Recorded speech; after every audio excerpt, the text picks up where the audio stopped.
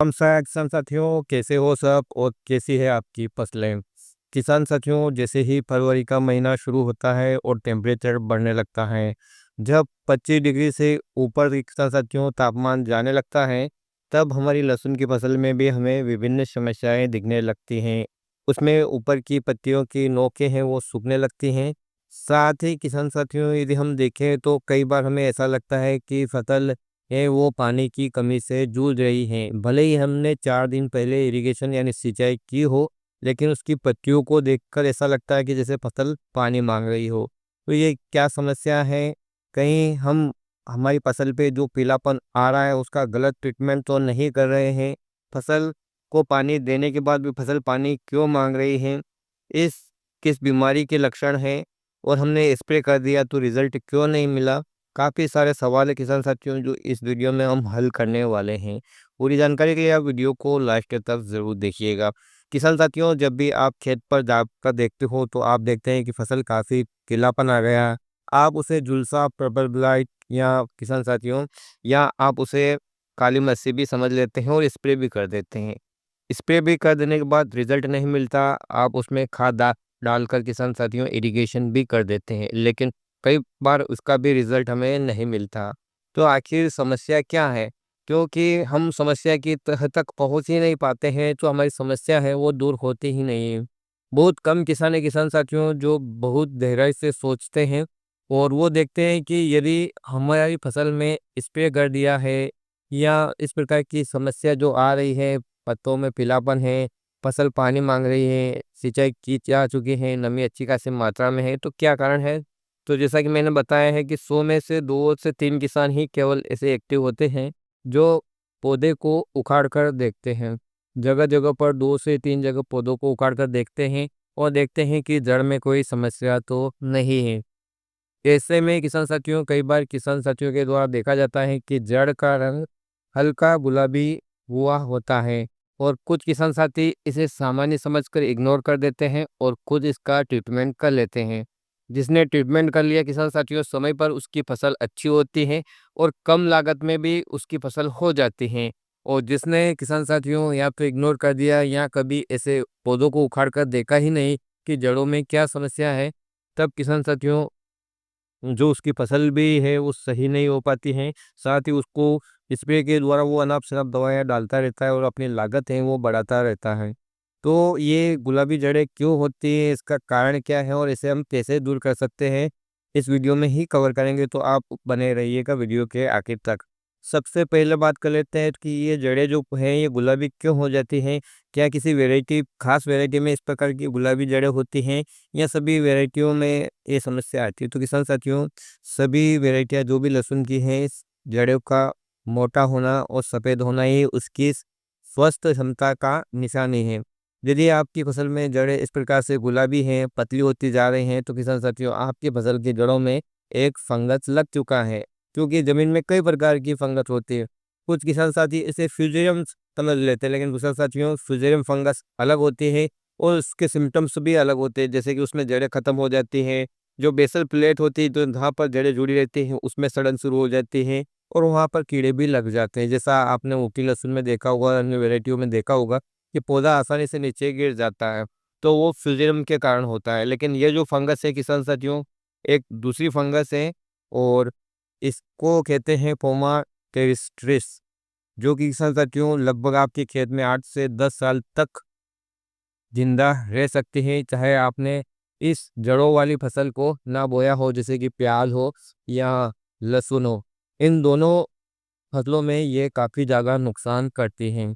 जैसे ही किसान साथियों आपने ये फसल लगाई है और अनुकूल मौसम मिला यानी टेम्परेचर ऐसा आया या नमी आपने ज़्यादा बनाए रखी, तब किसान साथियों ये जो समस्या है आपकी फसल में शुरू हो जाती है। तो सबसे पहले इसको यदि हम लक्षण की बात करें, किस प्रकार से हम पहचान करें, तो किसान साथियों जैसे कि जड़ों का रंग बदलना, सबसे स्पष्ट लक्षण है। संक्रमित पौधे की जो जड़ें हैं वो हल्की गुलाबी यानी पिंक कलर की हो जाती है। बाद में ये रंग गहरा लाल या बैंगनी हो जाता है और किसान साथियों जड़ें पतली तागे जैसी हो जाती है।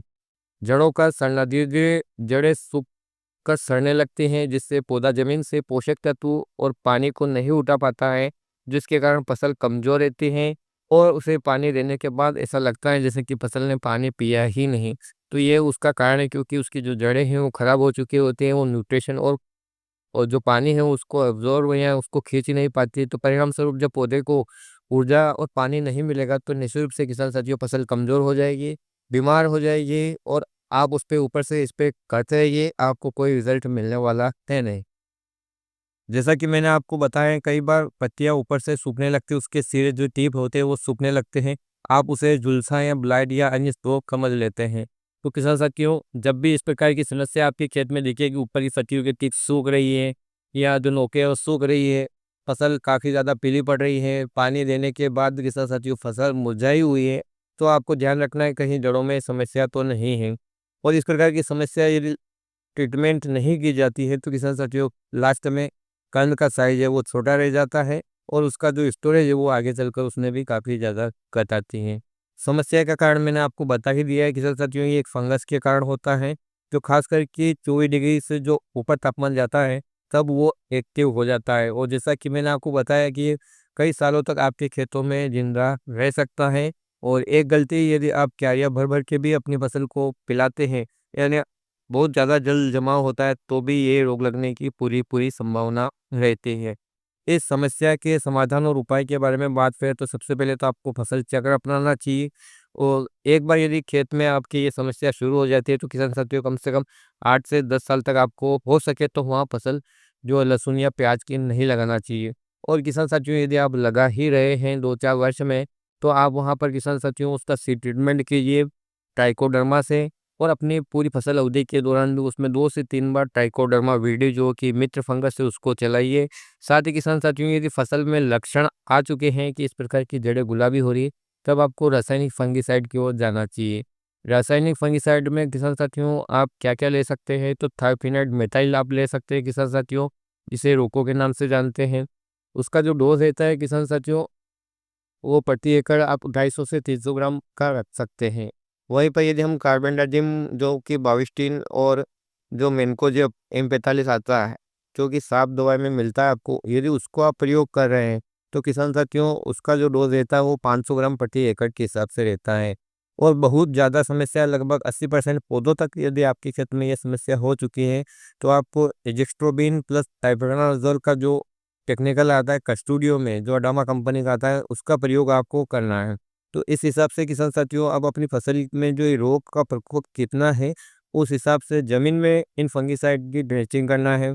और हमेशा ध्यान रखें किसान साथियों कि फास्फोरस और पोटास की अच्छी खासी मात्रा भी आप अपने खेत में रखें लास्ट इस कंडीशन में, ताकि पौधे की जो प्रतिरोधक क्षमता है, वो बनी रहे, और इस प्रकार से आप अपनी फसल को बचा सकते हैं। यही इसके उपाय हैं। अलग से यदि आप ऊपर से कोई स्प्रे करके किसान साथियों इस रोग को दूर करना चाहते हैं तो लगभग असंभव सा है, क्योंकि समस्या यदि जड़ों में है तो ट्रीटमेंट भी वहीं करना पड़ेगा। तो उम्मीद करता हूँ किसान साथियों इस वीडियो को देखने के बाद आप अपने खेत में जाकर अवश्य चेक करेंगे कि क्या आपकी फसल में ये समस्या नहीं है, और यदि है तो आप ये उपाय कर सकते हैं। क्या आपने कभी इस प्रकार का प्रैक्टिकल किया है या कभी जड़ों को उखाड़ कर देखा है कि वास्तव में इस प्रकार की समस्या क्यों आती है, या इस कारण को आप जानते थे, तो आप कमेंट में मेंशन ज़रूर करें, ताकि किसान साथियों अन्य किसान साथी भी मार्गदर्शन आपसे लेते रहे। फिर मिलते हैं नए वीडियो में नई जानकारी के साथ, तब तक के लिए जय हिंद, जय जवान, जय किसान।